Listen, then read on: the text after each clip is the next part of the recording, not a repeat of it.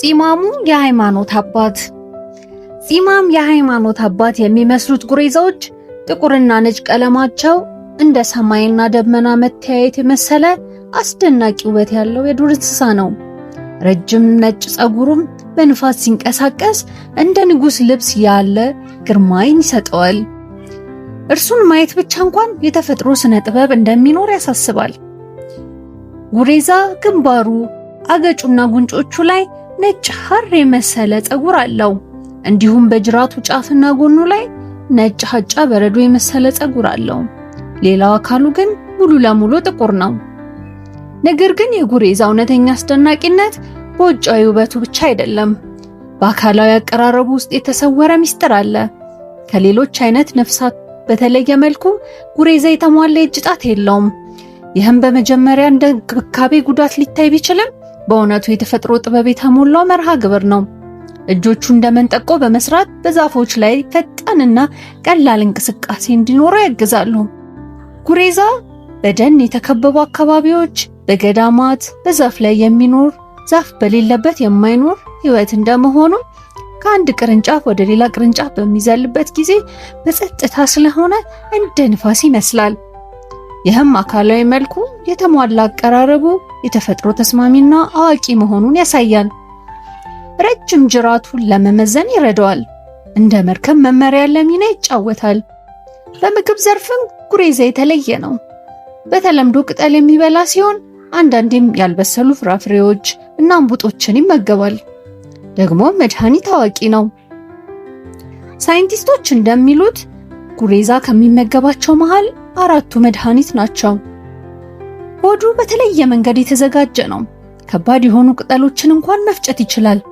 ይህ ደግሞ ከሌሎች ነፍሳት ጋር ያለውን ውድድር ከፍ ያደርገዋል። ሌሎች የማይበሉትን ምግብ እርሱ በቀላሉ ይጠቀመዋል።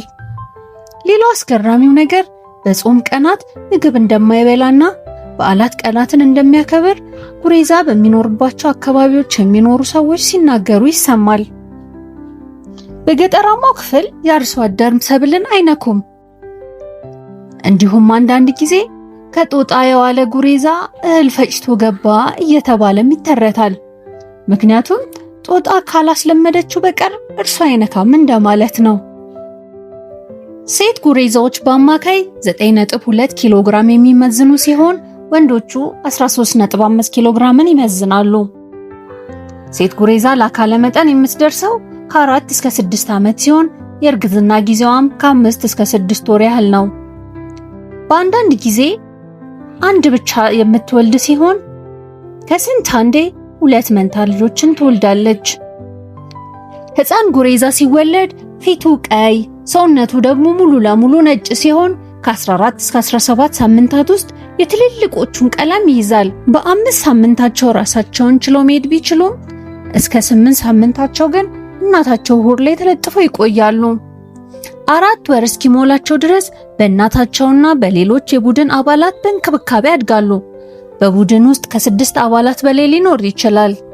ጉሬዛ የቡድን ጸብ፣ ተንኮል አያውቅም። ፍጹም ሰላማዊ፣ ምስኪንና የተረጋጋ የዱር እንስሳ ነው።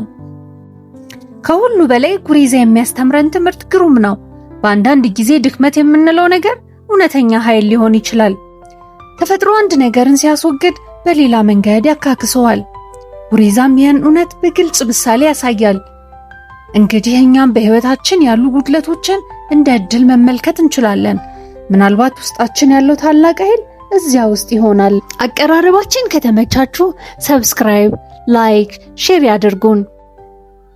እንድናስተካክል የሚፈልጉት ነገር ወይም ተጨማሪ ኢንፎርሜሽን ሊሰጡን ከፈለጉ ኮሜንት ሴክሽን ላይ ያስቀምጡልን። እናመሰግናለን።